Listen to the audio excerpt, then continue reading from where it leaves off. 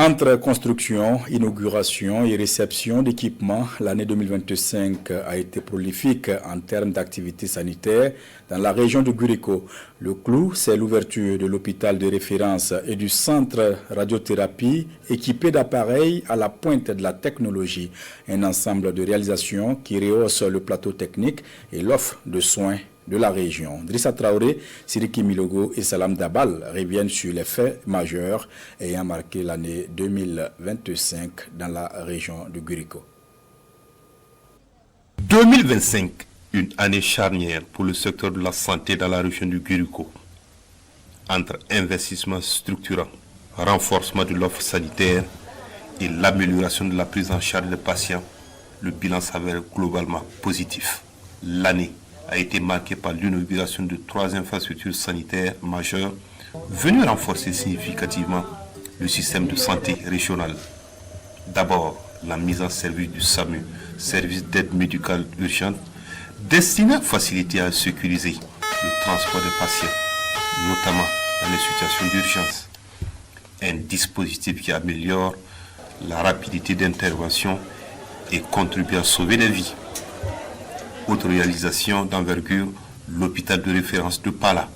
Cette structure moderne, dotée de services spécialisés et d'un plateau technique haut de gamme renforcé, vise à réduire les évacuations sanitaires vers d'autres régions.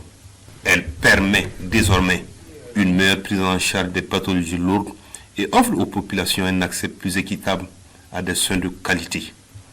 Enfin, l'ouverture du centre de radiothérapie du CEMA de Dafra, une première dans la région. Cette infrastructure répond à un besoin crucial dans la lutte contre le cancer et marque une avancée majeure dans la prise en charge des maladies non transmissibles. Au-delà de ces infrastructures, l'année 2025 a été également marquée par le renforcement du personnel de santé, l'amélioration de l'approvisionnement en médicaments essentiels ainsi que la poursuite des campagnes de prévention et de sensibilisation auprès des populations, sans oublier la transformation des centres de santé et de promotion sociale CESPES en centres médicaux urbains. On a bénéficié, les acteurs, de capacitations pour ce qui concerne les services d'alimentation, de nourrition et de jeunes enfants jusqu'au volet communautaire. Il y a eu les soins du nouveau-né à domicile et aussi l'extension de la PCME communautaire, aussi du domaine de la vaccination. Pour la prévention, on a eu l'introduction du vaccin contre la fièvre typhoïde et aussi le vaccin contre le paludisme.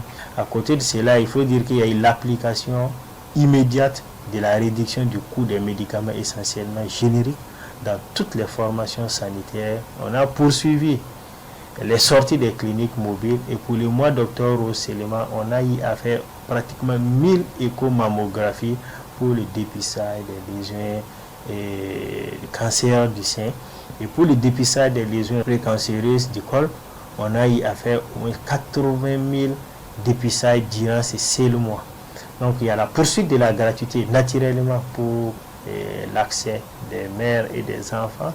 Ces efforts s'inscrivent dans la dynamique impulsée par le capitaine Ibrahim Traoré, président du FASO, avec pour objectif d'améliorer durablement les indicateurs de santé et de rapprocher le système de santé des populations. Aujourd'hui, nous sommes autour de 238 formations sanitaires publiques, dont 2 CHU, il y a 5 centres médicaux avec antenne chirurgicale, 13 centres médicaux. À cela, il y a eu la poursuite de la construction des structures sanitaires, dont le CMA de Kavigué, le CMA de l'ENA, et aussi d'autres formations sanitaires périphériques sous le projet PRSS-ASN et sous l'initiative présidentielle. Il y a eu des formations sanitaires en construction que nous appelons les CMC, les centres médicaux communaux, et qui sont en construction. Nous avons autour de 217 formations sanitaires privées au niveau de la région, avec l'essentiel au niveau de la ville de Bobo-Dioulasso. Avec ces avancées notables, la région du Guriko pose les bases d'un système de santé plus performant et inclusif, tout en affichant de nouvelles ambitions pour les années à venir.